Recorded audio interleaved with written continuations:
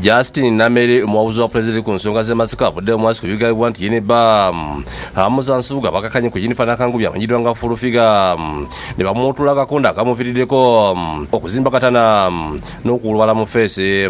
Namere gwe tusanze ku Parliament nga tekemirimu egituntu yategeezezza nti ebyokuba Fulufiga naye awulira biwulire nga ngalabi ya Nyanze. Fulufiga nawuliddeko nti bamukubye n'endaba ne ku butambi era nempulira nti ate ayesibye ku ategeeza ne Fulufiga yennyini alabika tamanyi yamukubye ku baludde nga wakula entalo ku bantu ab'enjawulo ng'ate n'ebyazayogera okuva lwe yagudde ku kibabo tebitegerekeka. Yasooka kugamba Chairman Kalangwa gwankubye kubanga gwe nayogedde naye nga nzija n'amala n'agamba awo yateekwa kuba Namere n'agattagattako ebintu ebirala naye ensalawo y'abantu ku Fulufiga emulaga nti essaawa eno obudde alina kubumalira nnyo ku kwetereeza. Kyokka Namere ategeeza nti nafuna bbaluwa yonna emuyitako yanjula ku poliisi naye mwetegefu enamuyita essaawa yonna wakugendayo. Poliisi tennoonya era siri ku muyigo gwonna. Poliisi tennantimbako nti Namere wanted.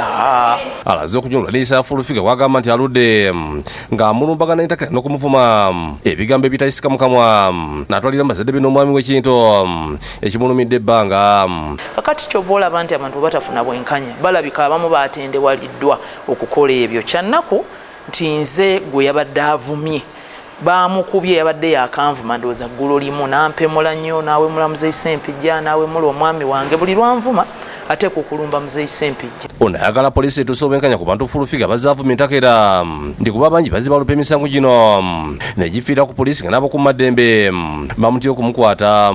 Tufunye reports nnyingi nti ate abantu babadde baloopa mu makooti ku poliisi nga baloopa omuntu ono Nakangubya Fulufiga ne batafuna bwenkanya. Kigambibwa nti amanyi n'okusanga bakomplainant ku zi poliisi n'abayisaamu n'empi n'abavumavuma n'abapoliisi n'abavuma n'abalekaawo. Wabula abaludde nga bakozesa emitimbagano okuli muzeeyi Sematiba Ibrahim ne Kwezi Robinson bagamba nti bawulira ensonyi bagenda ku mitimbagano ne basanga Fulufiga awemula. Tolowooza nti omuntu okuba nti oli ovuma nnyo olina kuwemula ebigambo by'obuwemu bitono nnyo bwe binaggwayo n'akola ki?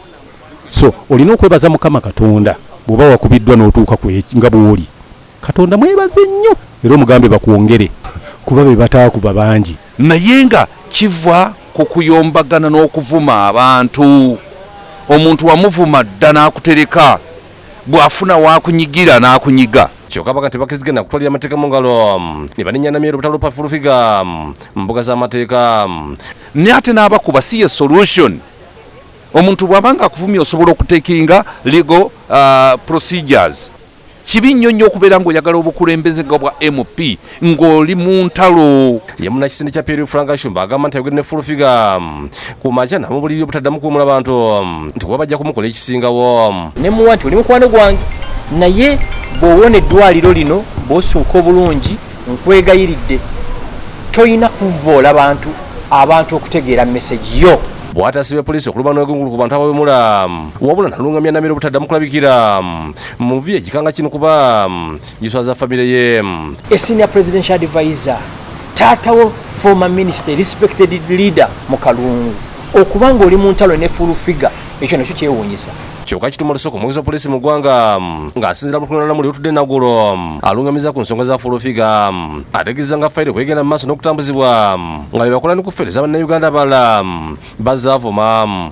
Yaloopye omusango era ogwo omusango gutambula era abamutuusizzaako obuzibu obwo obujulizi bwe bunaleetebwa obumala tujja mutwala mu kooti.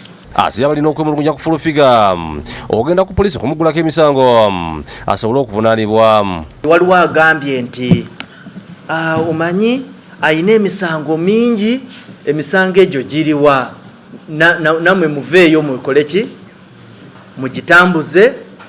Poliisi si kyekitongole ekisobola okutulira omusango gw'omuntu.